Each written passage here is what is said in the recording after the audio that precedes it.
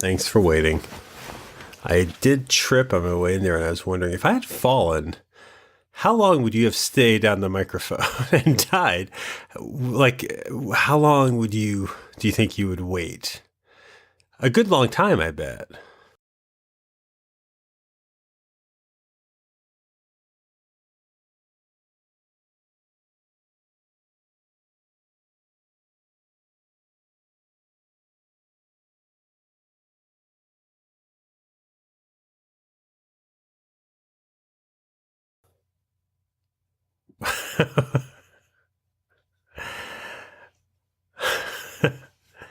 Because it'd be embarrassing if you dialed the wrong 911 and some Tim Blevins who had not fallen was being assisted.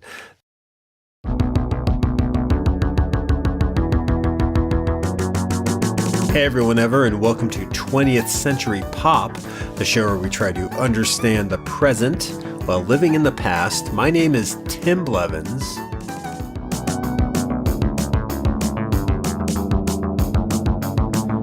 I'm okay. I didn't know if that was too fast. Yeah? And it wasn't hot. It wasn't hot on the mic. And it's not hot in this apartment because right now we're in the middle of a cold snap of upwards of 9 degrees, and I'm really feeling that. And talking about it, even though we just talked about it, I'm also talking about it as part of the show because I don't know when the music that plays is going to end. So, okay. Well, I think maybe we should too. I hope you're right, because I don't want to have to line that up. But I'm doing all right. And yourself, you said?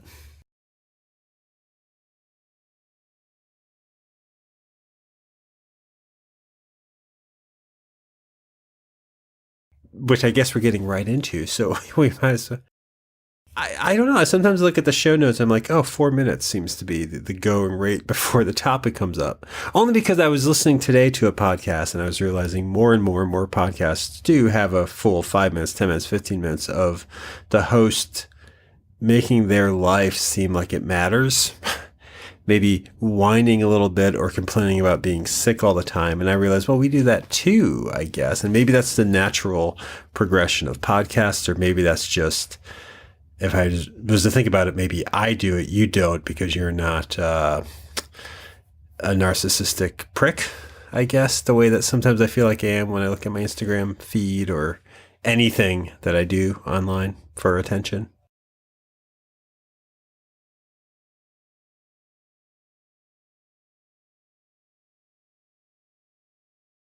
But is in the show notes as a wording. We're really pushing the show notes this episode. Check them out, everybody. They tell you what you're listening to as you listen to it. They are. They tell you where you're at. We do talk a lot before the show. Is that what you're saying? So now we don't have to. So dead air this week. Okay. Well, you're not. Also, you're not narcissistic. I think that's great. And I say that to force a segue, saying I think what we're talking about today plays into something. I don't know if it's narcissism, but it definitely plays into something that I'm probably should just save till it comes up, so it makes sense.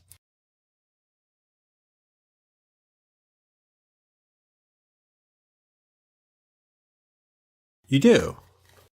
And so the listeners, we are apparently talking about an album today, although when we say album, for me at least, it means compact disc. I had this on compact disc, as didn't you. And yes, right, we're doing a segment called Compact Discussion today, where we take an album that we were listening to in the 80s or 90s, and we're going to basically go through it track by track. By track. So hopefully it's an album you enjoy. Otherwise, that's going to get redundant. But Bob, what is the album we're talking about, and maybe a little bit why?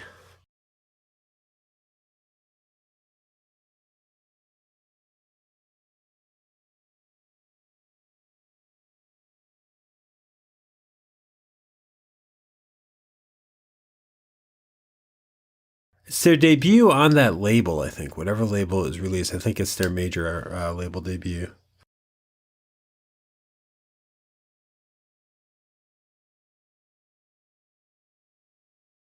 It did actually. I wish we had timed this a little better because I think this will be up in January, a week before that. But that's true, and I guess you answered how I was going to start this whole thing. Like, you weren't aware of Green Day prior to this album, were you?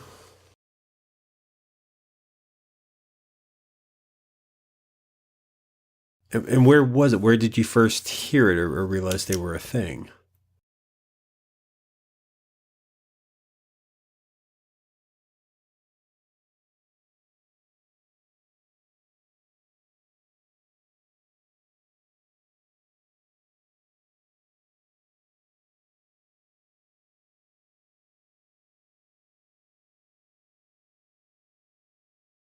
Yeah, we had this sophomore year. We had this going into 94, both of us.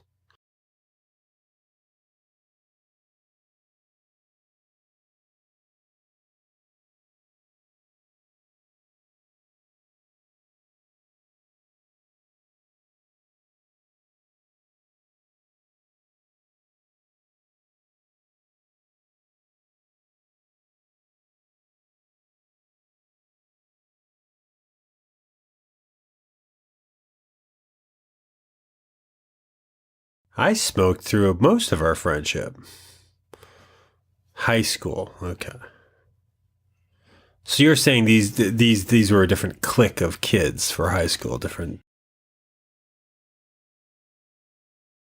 jean jaguar wearing, like Ravage, but made of denim?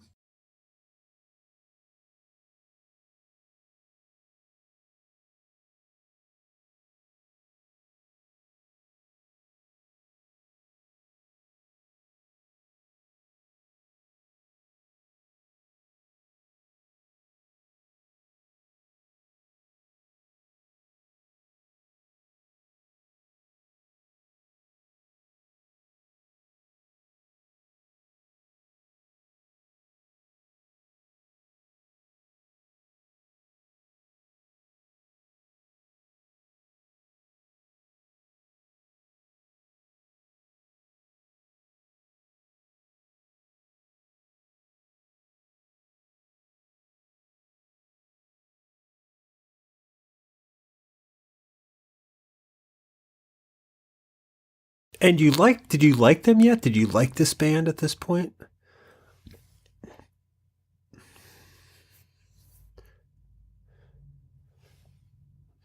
Now you're saying punk, you're calling it punk music. It's a term you're doing. And just based on the story you just told and coming out of high school, was punk something as a genre? Like, what did that mean to you at that point? What was punk music? Because it's a term that's been used since the 70s. It's thrown around multiple times. What did punk music mean to you in, I guess this would be 1994?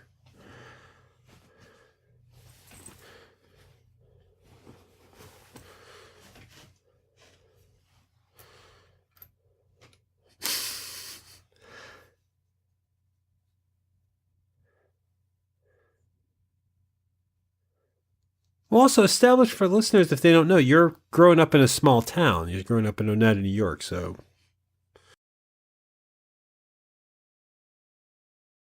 I do, and I'm a high percentage of the listeners. You're right. Well, I'm just saying because I think it's important to put that into perspective if someone doesn't know.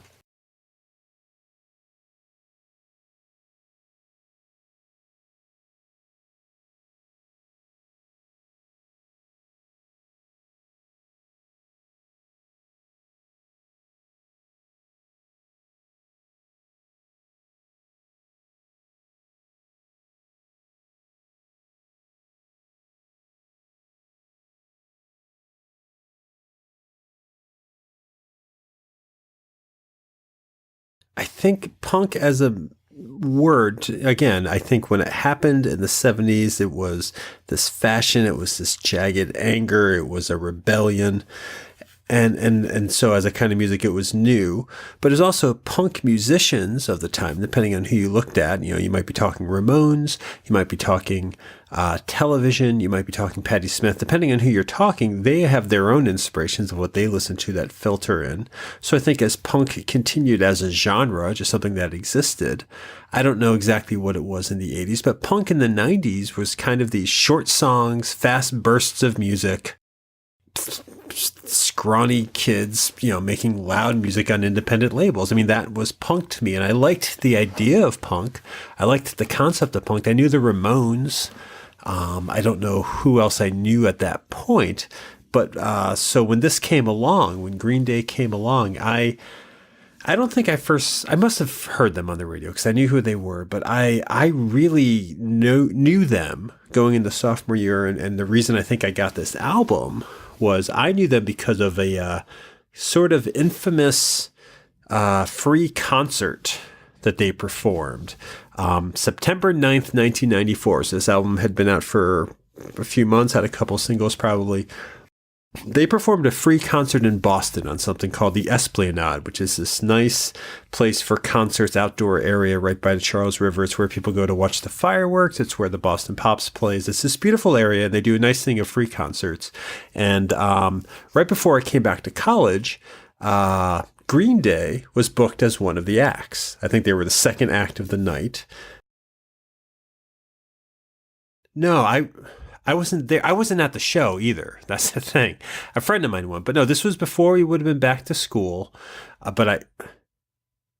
Oh, really? Oh, okay. So you were right there. Yeah.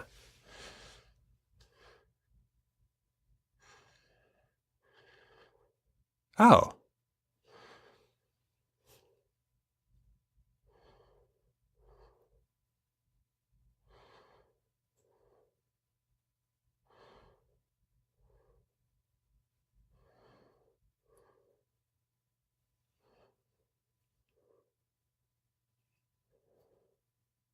well, that's the thing. It was 20 minutes into their set, they were shut down by this violent riot. People throwing bottles, people shouting.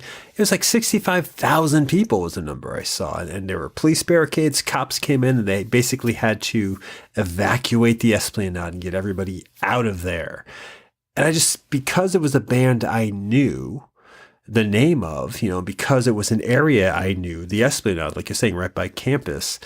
I mean, I think that concept of an experience and that concept of a little rickety punk band hit me, I think, then the way like the Sex Pistols hit in the 70s, this idea of this whole persona blowing through the music, the people playing the music, the fans, and tearing and trashing the place up. I mean, that to me, Green Day was a real punk band because they ripped up an area I knew and they couldn't get more than 20 minutes into their set. So that I think by the time I returned to college, which would have been a week after that, maybe, or 2 weeks after that, if I hadn't already, I think that's when I purchased a copy of Dookie, the album we're talking about today, because in my mind, it was kind of like, this is punk. This was new to me. And it's silly to look at Green Day now.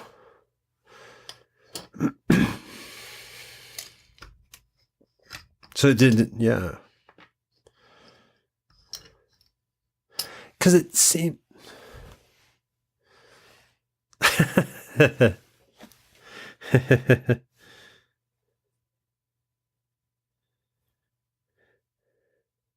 It set up for me this idea that this was a dangerous band. And to top that off, I also liked the sound of the band. And this is early to mid 90s. This is coming off of and out of grunge. I think when Nirvana hit a few years before that, Nirvana was this dangerous band. I think Nirvana changed a lot of people's lives and perceptions of music. It didn't hit me that way. I kind of was into the music that came out of that, Pearl Jam and other. That's the only one I can think of right now. But the grunge movement after that was what I knew. I didn't know the big explosion of Nirvana the way other people did. But this, I felt like I was kind of there for it. I got the album and to get the album, I know there was probably one or two radio singles, but to get the album, to put it on, what's the first track on this? What's the first track on Dookie? Yeah. And right off the bat with that start, even then, my impression was this band is British. Because I think, Billy Joe Armstrong's voice, he has a weird British snarl. And that, I think, because I thought that's where punk, with the Sex Pistols and stuff came from, that was appealing to me. That had already a snotty sound to it. I think so. Yeah. Yeah. Because it was a different sounding voice and it fit that kind of fast dirge music. I don't know if I was thinking about it. I guess I didn't. I guess I didn't. I didn't know who they were really. I didn't know where they were from. I hadn't really pieced it together because they look like fans of 70s punk albums. They look like how if I was to dress myself as a punk, I would dress like them. I mean, they fit that, so I thought they could very well be British. But there's something about that that made it seem like, oh yeah, of course they're going to be little snotty punks, and I can like this. And so as the song hit, I mean, it's the lyrics that I could make out were things like "shit town life," "I'm not growing up, I'm just standing down," and those lyrics. I mean, the music is driving; it's got a nice rhythm to it. But those kind of lyrics, that right at the start, that opening is that was a call to attention for 18-year-old me. That got my attention immediately because it was words that were kind of aware of this idea of a stalled out life, of life kind of stumbling, stopping, being pointless, which hit me because it sounded very eloquent the way they were phrasing it, because they were British, which in my mind, but also just that, I think that's what I was listening for. That, we've talked in the past about the Replacements, and that's something I found in them too. This was a band that was acknowledging a little bit of nihilistic sort of just defeat already at age, 20? I was 18, they were probably 22. So that gets me right off the bat. That drew me in that this probably would matter. Mm-hmm.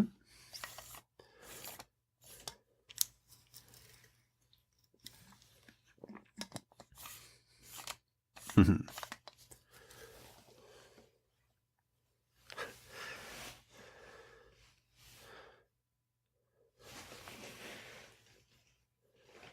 So were you relating to that? Was this kind of a mindset for you?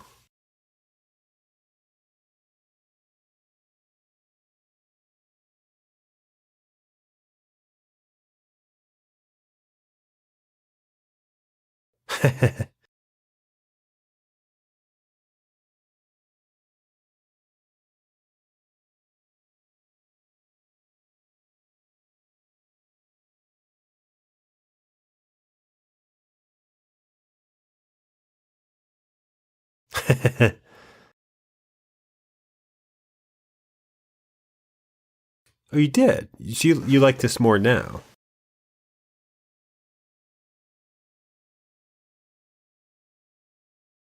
It's a pretty seamless album in that sense. I mean, I think if we go right into the next track, "Having a Blast," I mean that it could very well be, and this isn't a knock, it could be the same song still. They're short enough.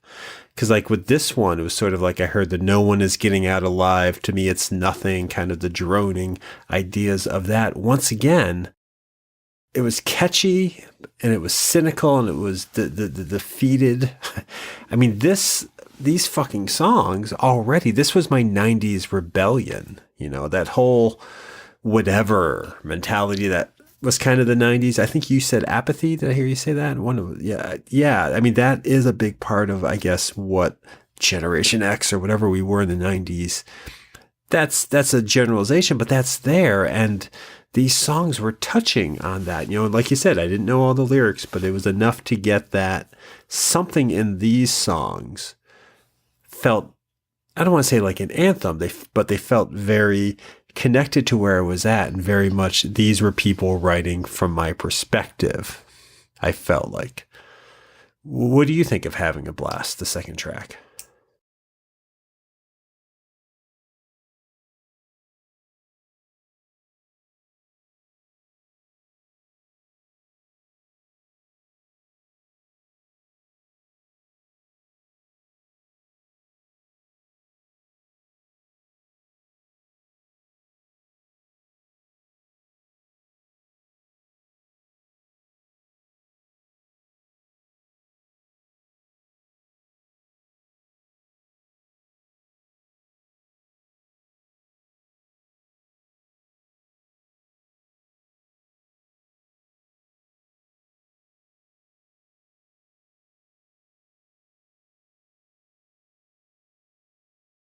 Oh, I didn't know that.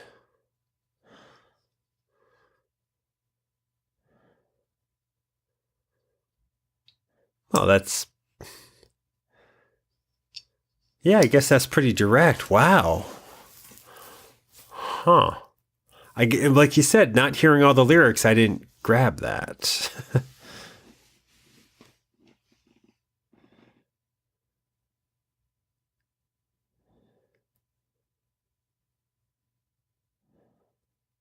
Now, would that be, did you know those lyrics at the time, do you think? Did you know you were listening to that at 19? Would that have been relevant to you?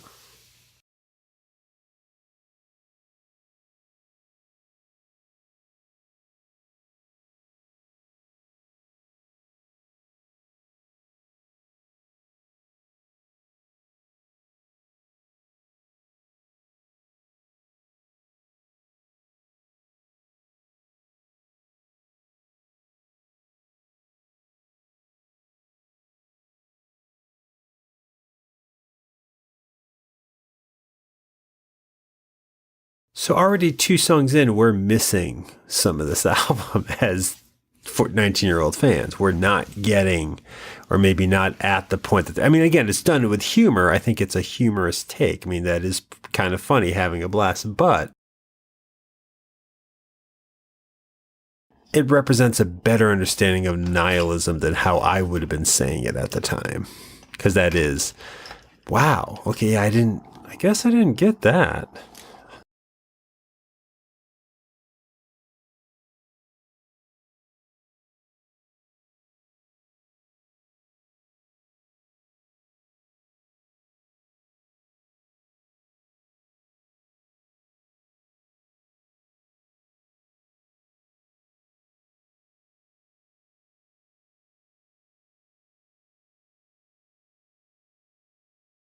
Moving on to the next, Chump is the third track.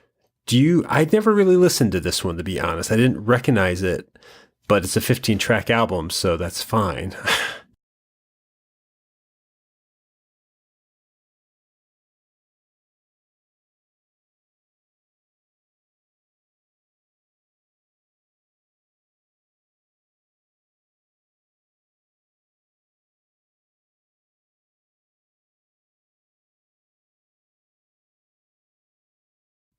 Sure.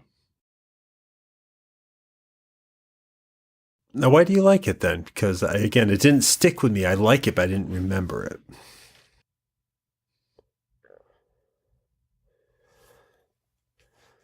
Well, it's the main feature we're working with. Yeah.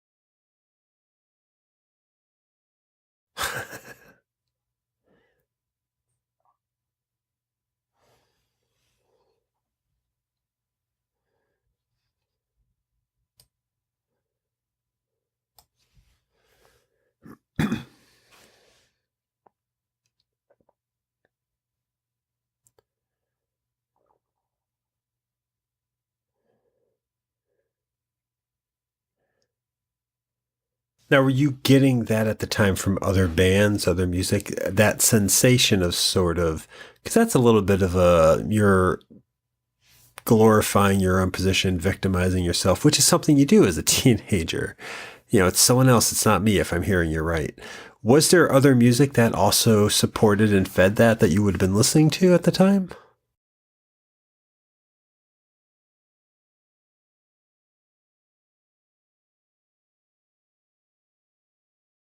Oh, no, of course you do. I'm just wondering, we're both very entwined into liking this album already. I'm just wondering when it came along at that time, was this just a new kind of experience to be hearing this kind of sentiment, to be relating to a musician? I mean, in 19, so they're only a couple years older than we are.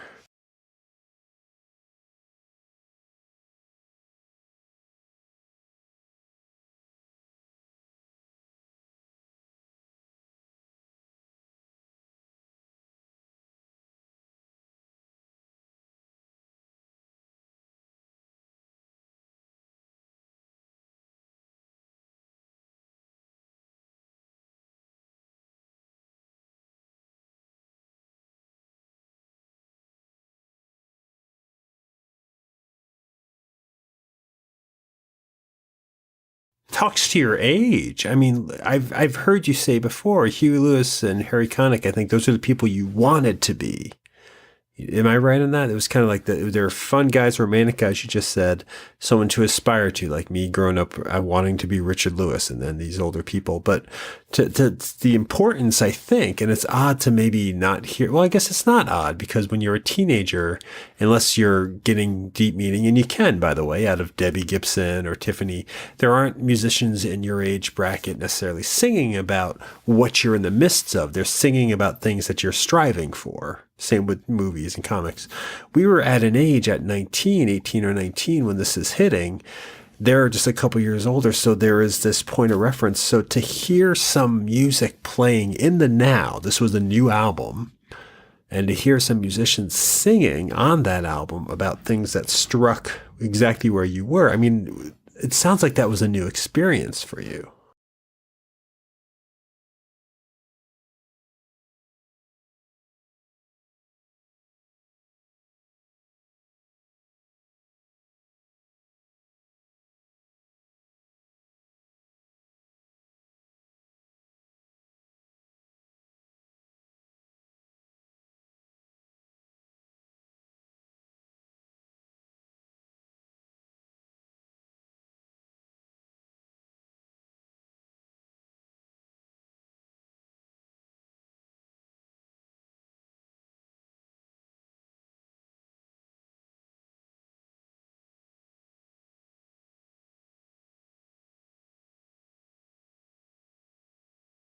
And it was, and maybe other ones were like this for you too, but for me, I mean, it was a full album. I mean, this song, Chump, you can hear it if you know to listen for it. It has hints of the next song in it, Longview, which is the next track. It kind of leads right into that with some of the same bass lines. I don't know if that's something albums do as much anymore, just because of how we listen to music, but you know, this idea of songs interconnected as an album, that this is the order you need to listen to them. This is the way you listen to them. This whole first side kind of plays through that in a way, thematically, and some of the music being connected. And I wonder if that's, again, and there was other music like that. Every Led Zeppelin album was like that, you know, and stuff I listened to was like that. But that does make for a continual listening experience when you're putting in a disc and letting it just play through, that I think that takes you from song to song. Because getting into Longview, I mean, I think this was the first single off the album, right? Track 4. And based on this song alone, like, if I had just heard this on the radio and that was it, I don't think I would have cared for the band. Like, this is a weird one to have be their first single taken off of the album. It's fine. It's a fine song, but it's not really what I would have been looking for in a song. It's not the best representation of them, and it's just kind of. It's got some nice lyrics to sit around and watch the tube, but nothing's on. I mean, that was me at that time. But and the drums are great. But this particular song it's weird. Some of the songs they picked as their singles are not the ones I listen to. Do you like Longview? Do you go to that song?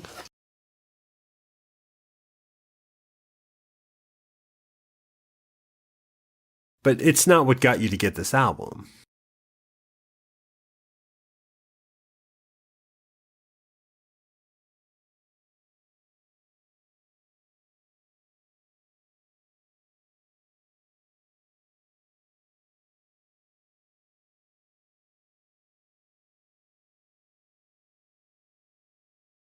Does it feel insincere topic wise?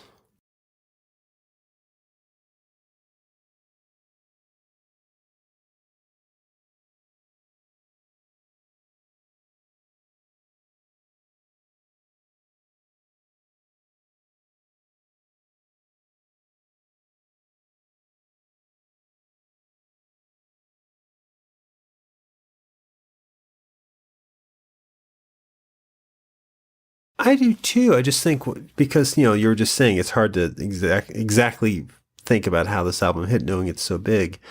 This song doesn't make me think this band's a big deal. This song would not get like I said, would not get my attention on the radio, and yet it's what this band thought was the best representation of this album that hits deep. I mean, and again, it's not a bad song. It's just, it would have been, I would have forgotten it if it wasn't for the fact that it was a radio single. The same with the next song, the track 5, Welcome to Paradise, which was another single.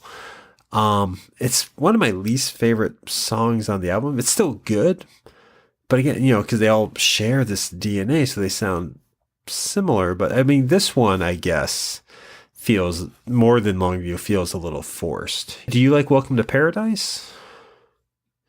Why is that? Do you find something in that that's maybe not there in Longview?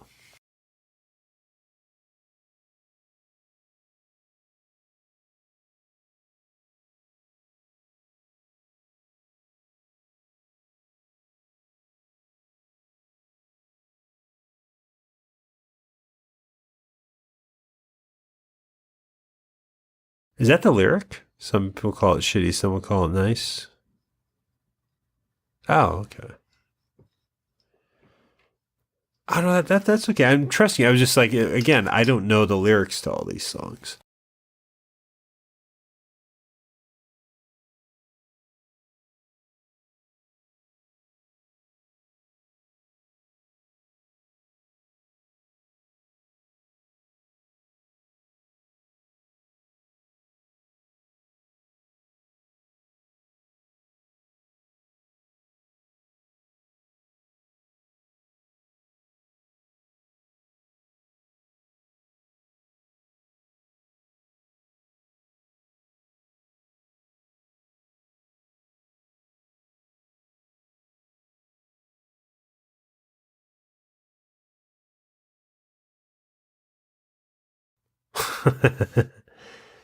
And again, it is a good song. It's just it doesn't the music and the rock and roll is fun and definitely different than what I was listening to different enough, but not touching my soul, just touching my rhythms or whatever. I guess so. And it's almost like a 3 in a row, because then track 6, Pulling Teeth, this one is also kind of forgettable. I don't.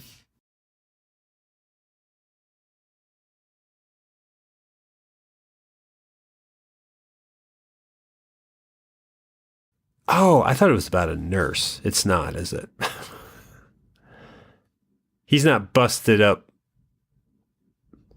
Is he busted up from a physically abusive relationship? Really? God, I'm missing. Because there's no way I could have related to that at 18. So I was.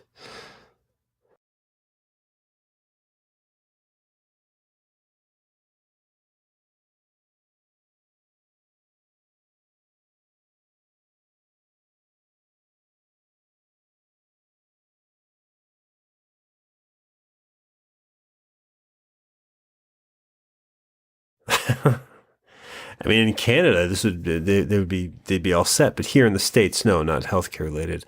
Wow, I'm missing all of this.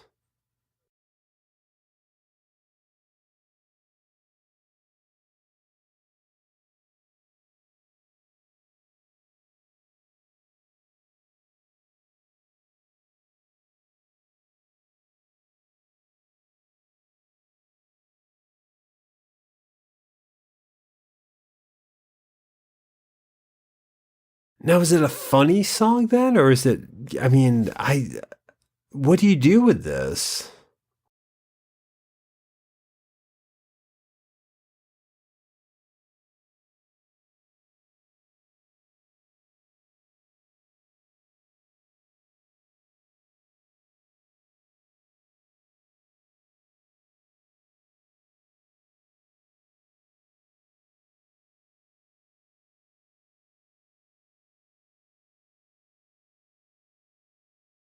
But there's a tone to. There is a joke in it because there's a tone to it.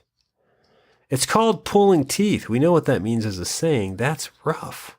And I think and again, I don't think it's bad. I just, as a kid, I mean, this song made me think, oh, is this Weezer? I briefly thought, this sounds not like them to me. And I thought the I'm all busted up was just another, like, I'm all troubled inside and hurt and bandage all my emotional wounds. But this is about physical abuse. And I guess we talk about punk, the idea of punk, we talk about Nirvana, the idea of Nirvana. I guess I would gravitate towards the safer things because that's what my life knew. I had the emotional distress, but I didn't have the physical threats that maybe comes through in a lot of these songs. So yeah, I did not see that. Does it make it hard to enjoy the album knowing that? Or the song? Because you're older then, not...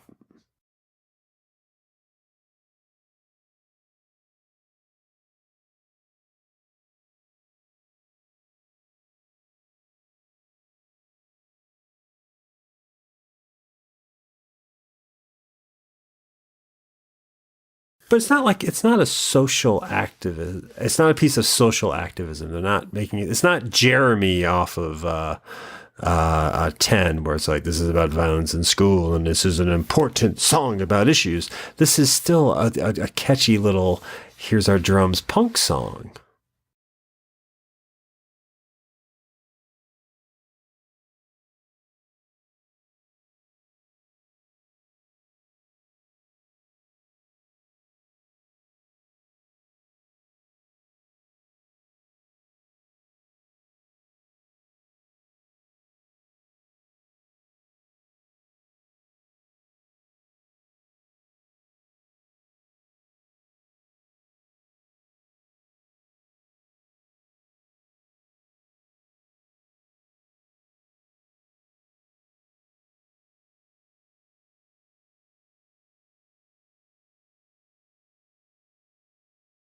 Which is fine. You write a song about that. It's just, it's interesting because I can't, and still can't, and thankfully can't relate to that for something that I think is such a personal album. And we're about to see how this is about me. Wow, this is a stumbler for me. And not in a knocking way. I'm just like, this is out of theme. This is like when Aerosmith puts Janie's Got a Gun in the middle of their song about 40-year-olds jerking off the high school kids. This is weird. To be fair, that actually follows a song about drug addiction, which follows 3 songs about 40-year-olds jerking off about high school kids. To Aerosmith, to be fair, on Pump, 1989's Pump.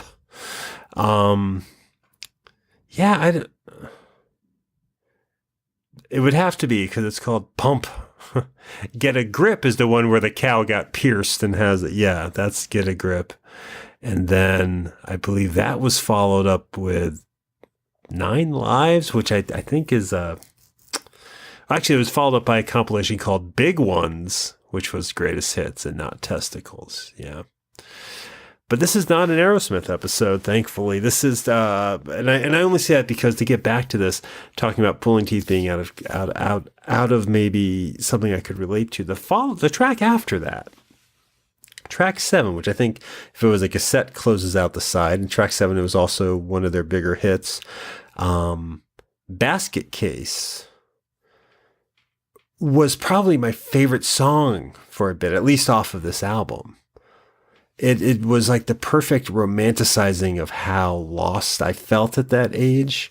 It had melodramatic, neurotic, paranoid, the words I loved at that age, words I wanted to do. But it also had a lyric in it where he says, sometimes I give myself the creeps. And just hearing that, where he's talking about himself, at that age, at 19, I didn't know that other people felt like that. I didn't know that the sense, self-loathing and this unease I had in my own skin. I didn't know other people had that it was relatable, that you could put that in a song and express that. So those were words and those were a feeling. That's when the British sounding voice became less British and more just became my internal voice. This was the song that I'm like, yes, I get that. I am fucking tearing myself up inside. Because I'm falling to pieces here in college. Like, that was a feeling. And this song it's a fun song, and it's a fast song, and it builds, and it's so catchy. And yet I do know that I related to every word, unless you're about to tell me that this is about some horrible animal treatment and abuse or Republican platforming. But from what oh God, I hate Easter. That's one of the worst things in the spring. But no, every word that I knew and could hear in this song, like lit up a little Richard the Depressed chakra in me kind of thing. I loved at the time relating to this fucking song. Oh, really? Because actually, I've eased off of it a little bit. Really? Why now?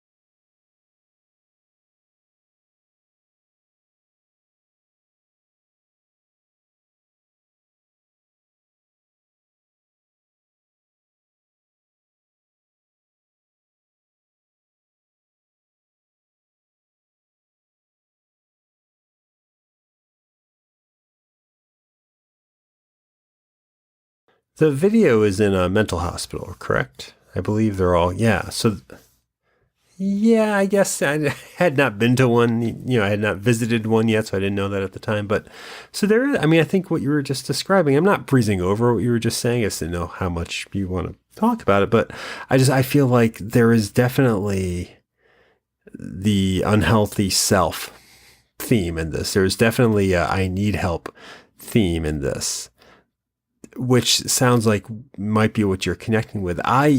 It's odd because just at the time, I think I was hearing the same words you're hearing now.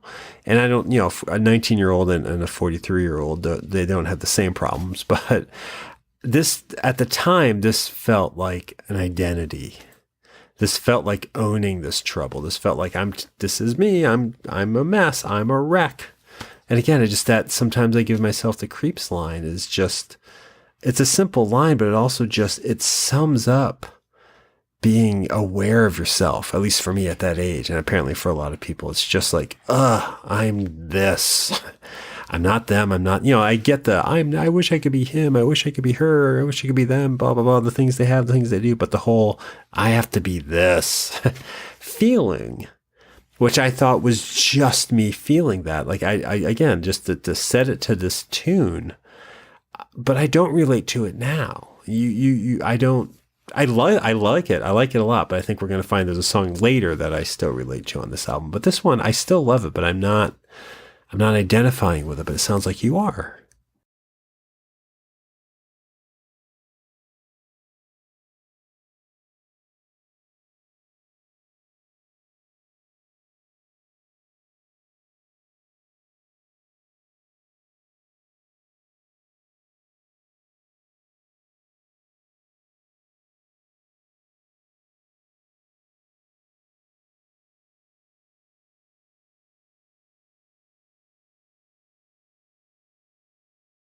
Huh.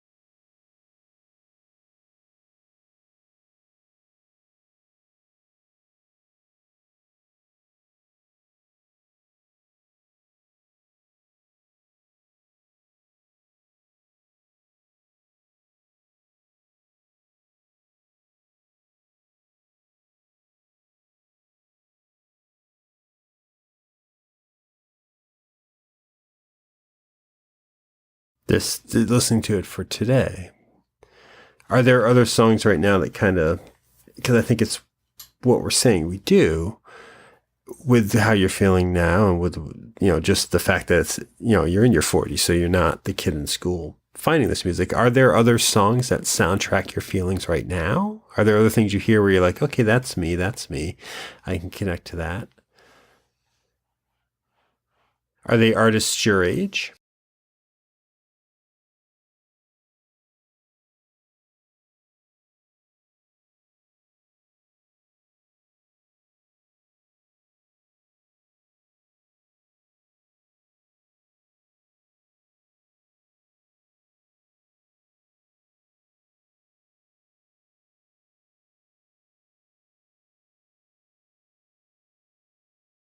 So this is different though, then, because you're relating to kids, to a song by kids, but not to you as a kid.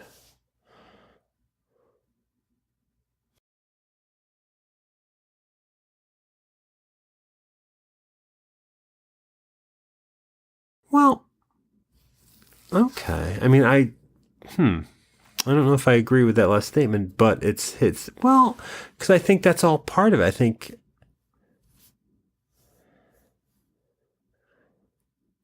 Do you relate to Bob Dylan songs? Well, but that's the thing. We don't. I think people growing up in the '60s did, and '70s days, and there's some.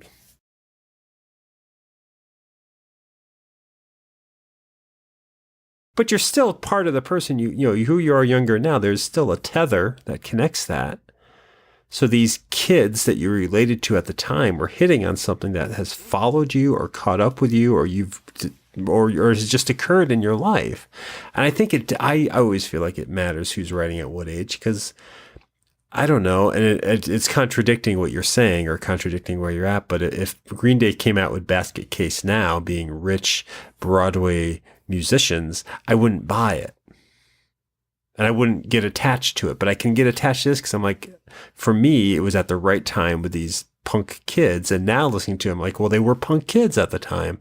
So I can connect to that. So I think that's important, but that's separate, I guess. What here, it's kind of like had you,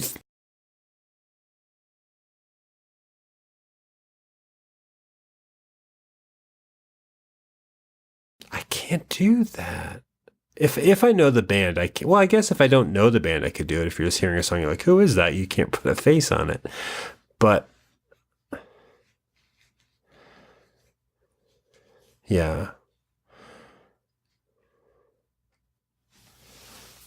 Uh-huh.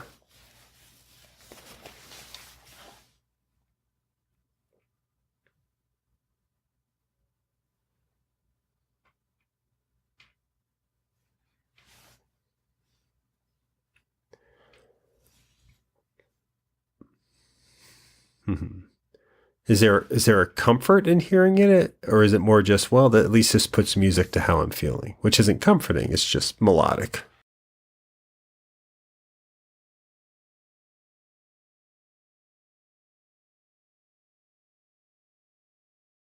Okay, no, and I understand, but I think there is something in that. This I would be curious, and I'm not making light of your. I guess I'm looking at it as an experiment. If you had never heard of Green Day and discovered Basket Case today, would it hit you the way it's hitting you now, or does having known it, does that help?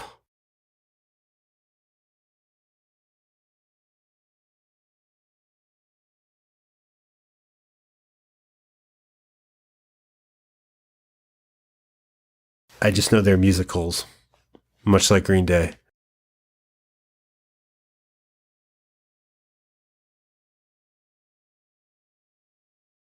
The power punk tradition.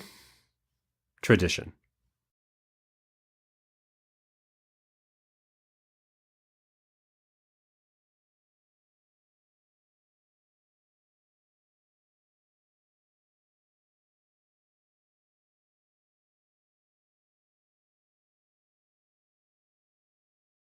Millennials aren't drinking beers, are they? Oh, craft beers.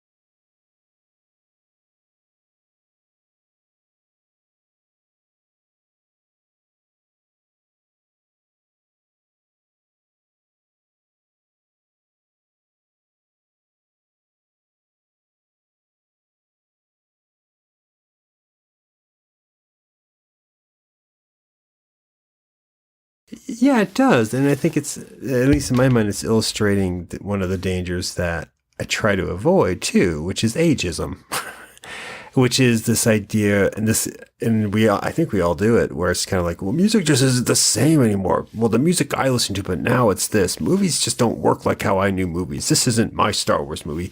That mentality, which I've had, by the way, it's just blind.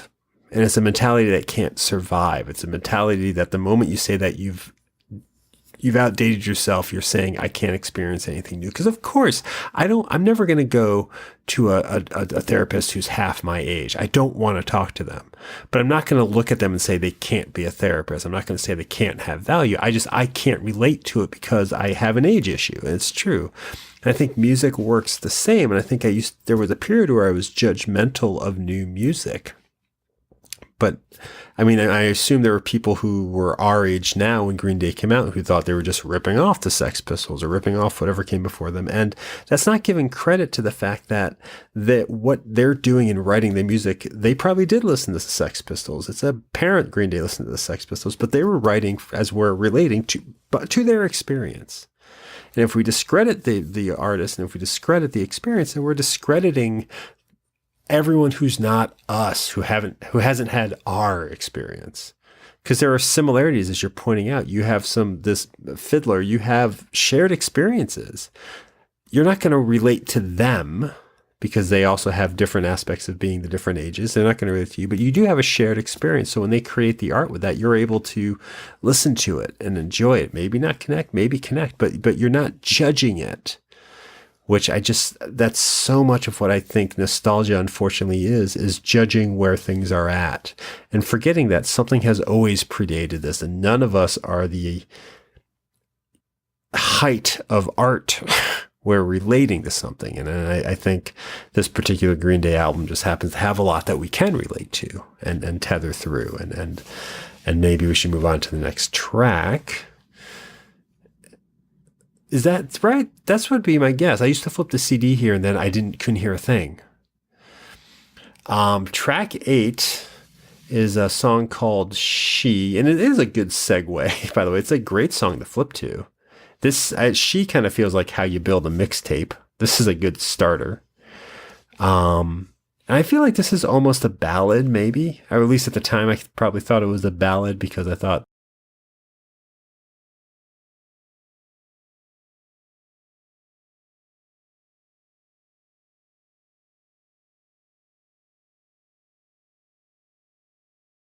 do you like it? I have too. This was one I used to listen to a lot, actually.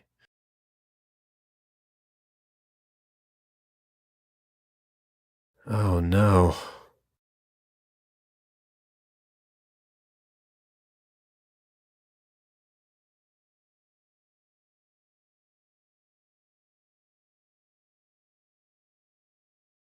Really?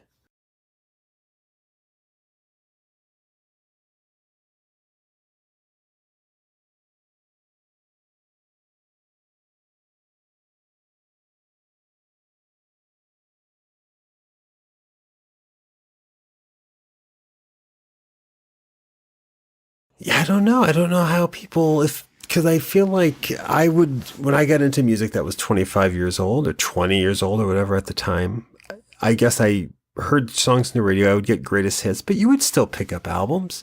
Green Day has survived.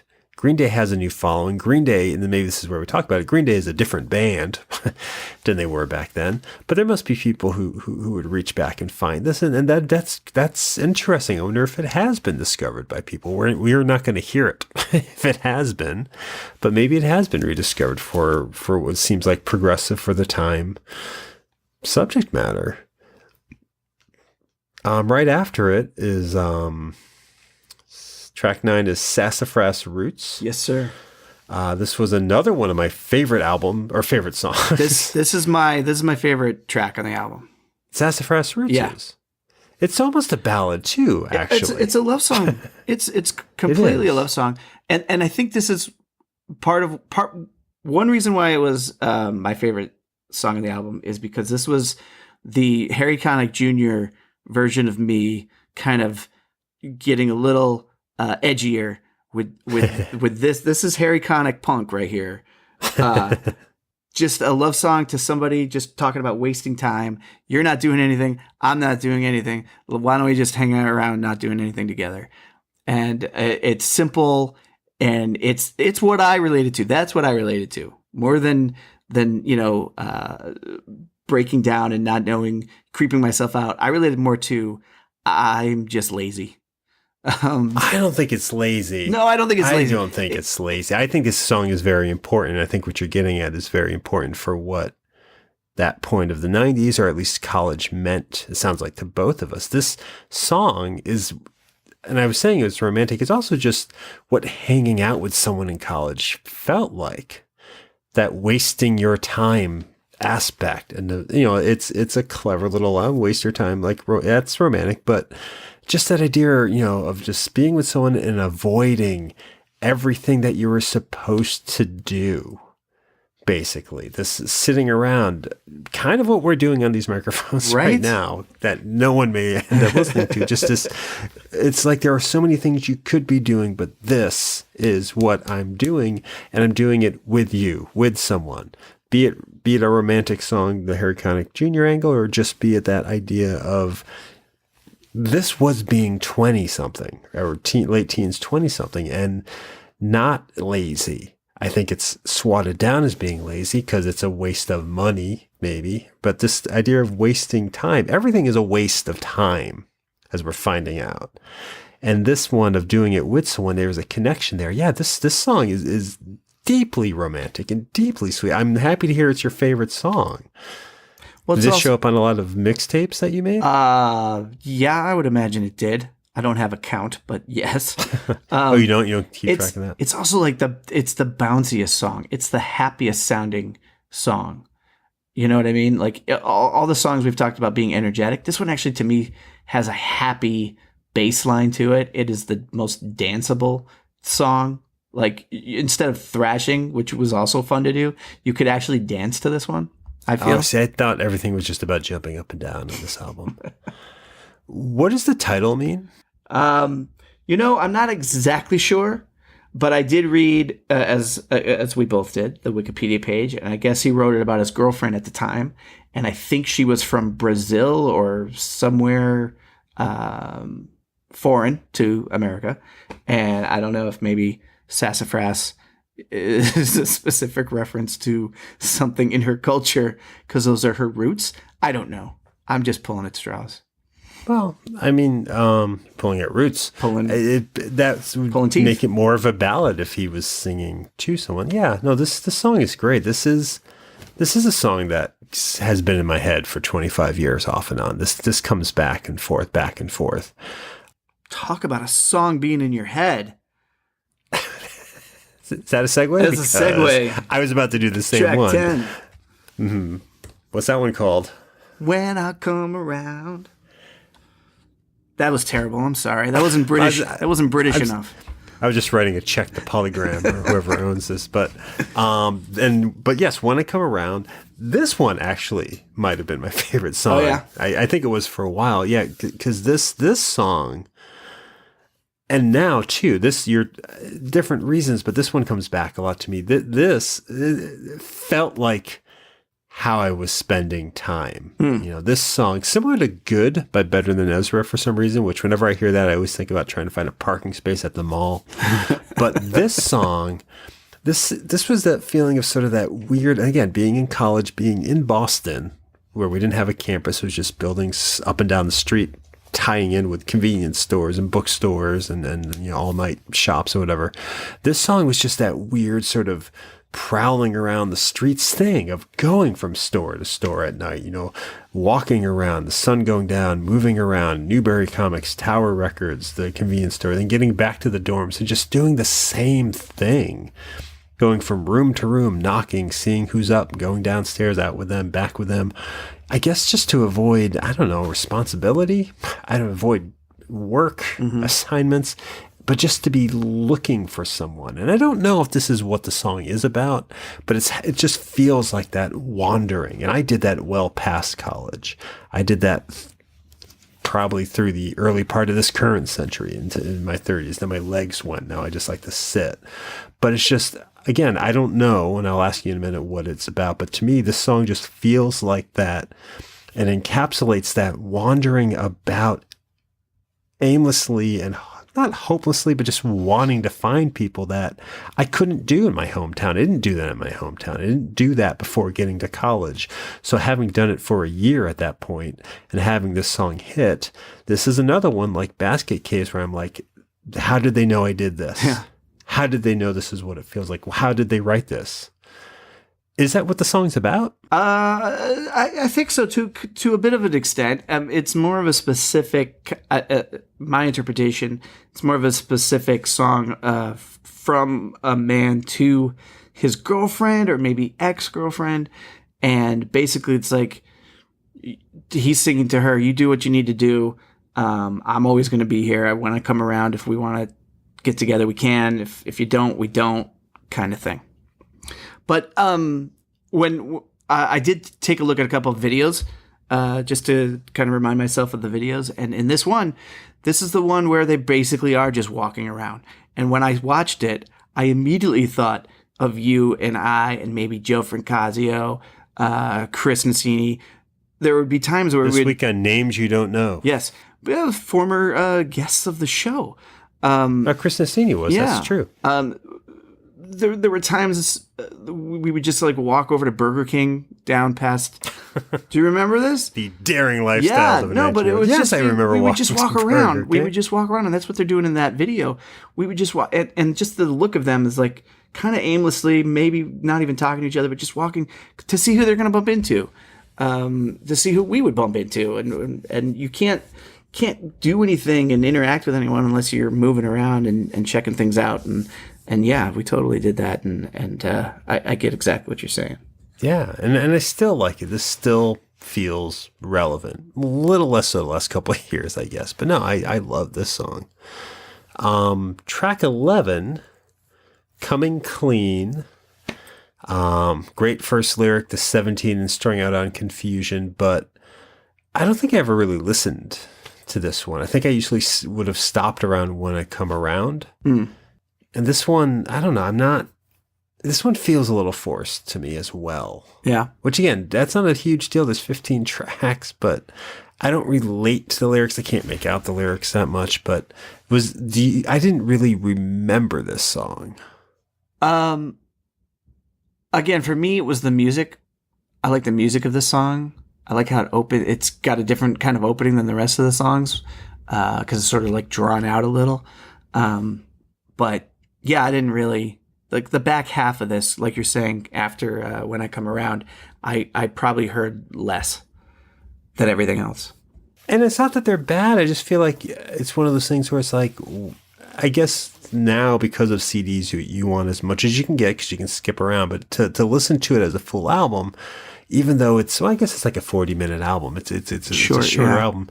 I'm exhausted by this point. Take a song or two out. I don't think we need this. And I mean, the songs as they're pretty similar. Like you were saying, they have the same DNA. You've got guitar, bass, drums on each track. Nothing else really. I think there's an acoustic guitar coming up next or soon.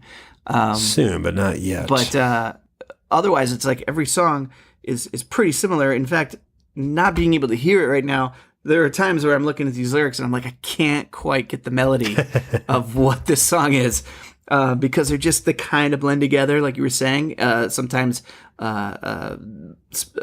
deliberately, but then other times it's like, what was it? Wait, this is the guitar heavy one? No, yeah. It is the guitar heavy one. To their credit, they do all at least have a lyric that sticks out. Right. There is still something there. Like the next song, the track 12, EMENIUS Sleeps? Is that what it's called? I think so. I've never tried to say it out loud. EMENIUS Sleepes. So it's supposed to be like the Wile E. Coyote titles when they freeze frame. Yeah, I think it's like a Latin, supposed to be a Latin naming type of thing. It's got the I think I'm sick and I want to go home line, which I remember, and it's like, that should be your last track then. Go from When I Come Around to this, because that's kind of a finale. I mean, I have to say, it didn't hold my attention today. When this song came on, And I know it's not very long. I suddenly realized I was looking at something on my phone, without even thinking. I was just like, I zoned out. I never listened to it really when I had the album, although I guess I remember that one lyric because it seemed familiar. But yeah, this song, you could have just cut to this, make it a 12-track album. And this could have been the last track because it wraps things up pretty quickly. Do you like it? Do you like this song? Yeah, I don't mind it. I'm asking that a lot. Sorry. Yeah. You don't mind it? No, like I said, every track made it onto my iTunes. So there's really not a track on here that I don't like. What about track 13 in the end?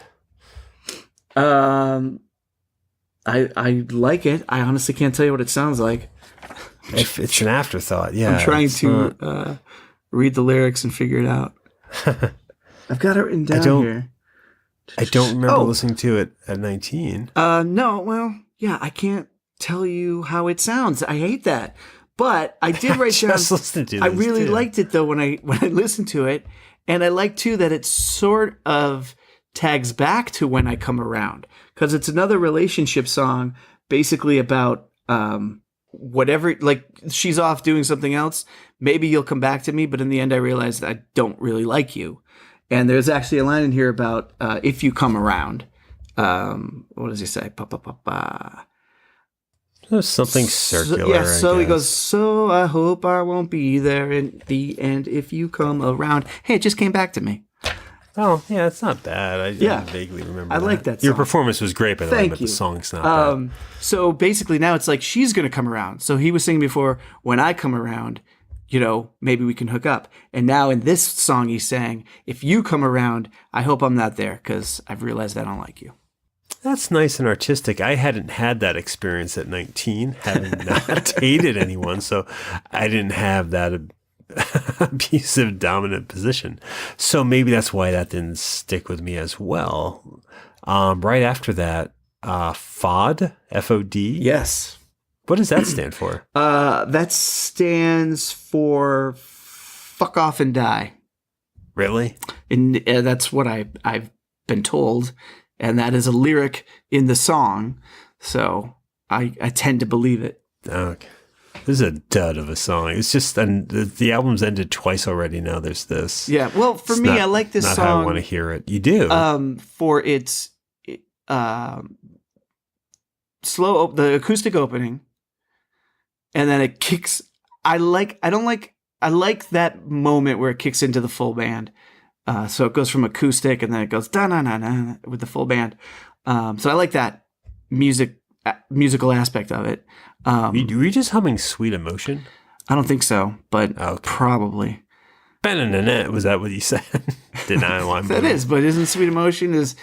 no, I'm not even going to... Yeah, there's an extra nana in there. Yeah, and I feel a little bit like Vanilla Ice defending Ice Ice Baby, but you're right. They're very different. Those two are actually different songs.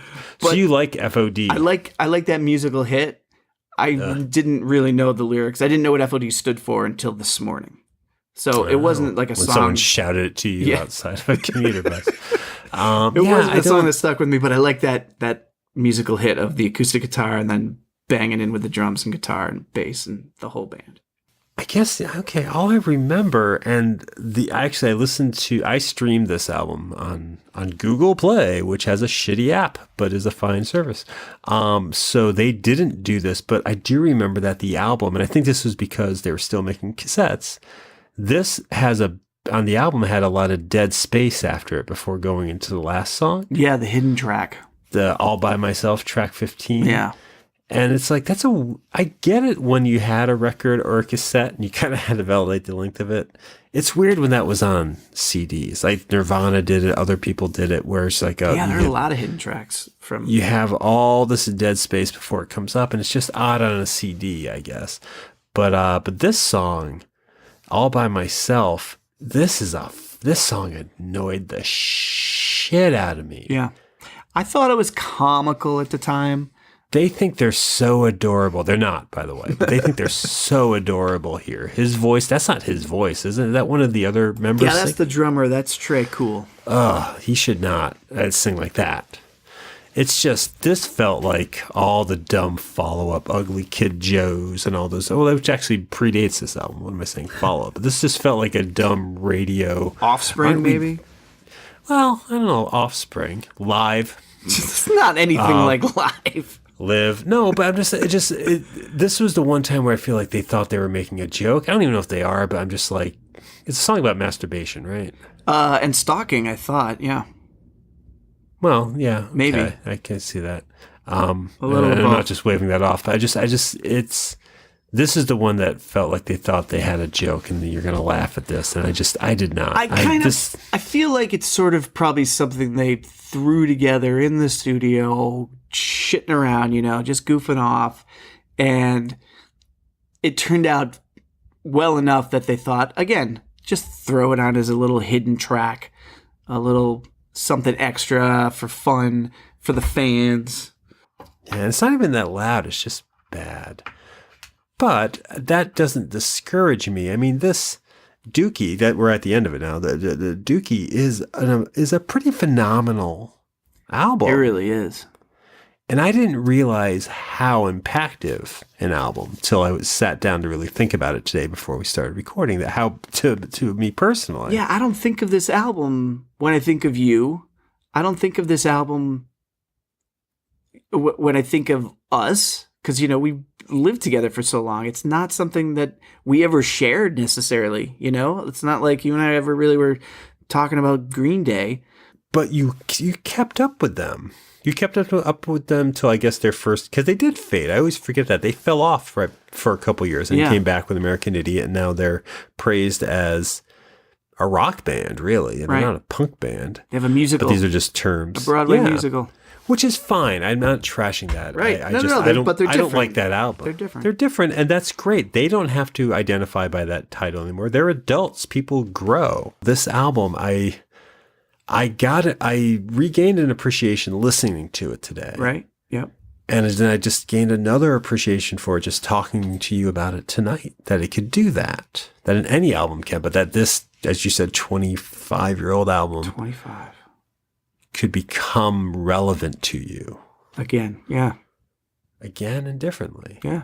It's sort of, it's no longer stuck in time. It's everywhere now for me. Just like Space Hog. Exactly like Space Hog. And we'll be talking nothing but Space Hog for the rest of the year. No, that's not true. But we will be talking about something in 2 weeks. We'll be back in 2 weeks. Did you have anything else you wanted to add about Green Day? I think I've said enough on this episode, Tim. I think you said a lot. And I think I got something out of that. But yes, why don't we, before we bring up Space Hog a third time, thank you for listening. Thank you for listening today to 20th Century Pop. Visit 20popcast.com if you're online. That's our main website. You'll always find the most recent episode up there streaming so you can hear it. You also find links to all of our past episodes. This is our 93rd episode, so there's a lot to choose from. I would invite you to listen to some of those, share them with some people. If you do like the show, if you want to be updated every time a new episode drops, which right now is about every other week, you can subscribe to us at that same website. You'll find links to subscribe to us on Apple Podcasts, on Stitcher, Google Play, other pod-catching devices. You can also follow us on Twitter at Subcultist. Follow us on Instagram at 20. I'm fucking this up. Social media, you can follow us at 20popcast at both Twitter and Instagram. You probably don't want to after that, because if it reads the way I speak, it's a mess. But you can also like us on Facebook. You could follow me personally at RH Canning on Twitter. And I always say this, what do you think of the album Dookie? Which is weird that I say that on all of our episodes, and it's finally on our 93rd, it actually makes sense. But what do you think of Dookie and Green Day, and do you still listen to them? Let us know. Space Hog.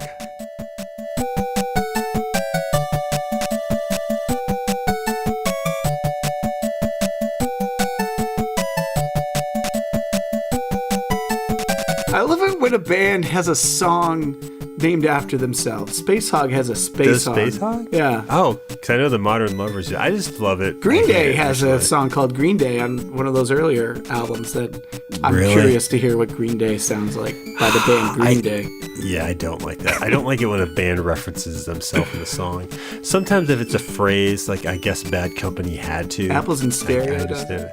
Oh, I hate that band. I love that band. Aerosmith does it in a couple songs, and they refer them. This is in the, I don't know if it's the 80s or 90s. So they're in their late 30s, early 40s. Steven Tyler refers to themselves as the boys in Aerosmith. I hate it when people refer themselves as the boys, like that, like they're playing volleyball. The Kenny Loggins, shirtless, with the star of Willow, and also that doctor who has cancer on ER, and maybe Meg Ryan.